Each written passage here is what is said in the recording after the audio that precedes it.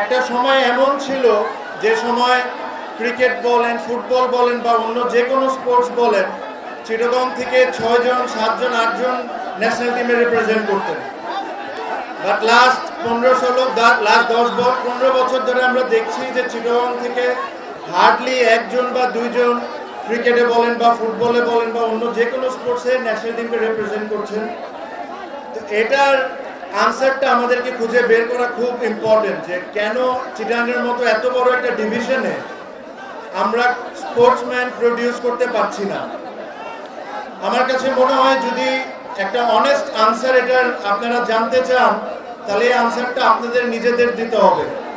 আপনারা যদি এখন মনে করেন যে অমুকের কারণে খেলতে পারি নাই, অমুকের কারণে খেলতে পারি নাই, তাহলে এটা একটা স্পোর্টসম্যানের কথা হবে না। একটা স্পোর্টসম্যানের কথা হবে যে হয়তো বা আমার কোনো একটা ভুল ছিল, এই কারণে আমি জাতীয় দলে যেতে পারিনি।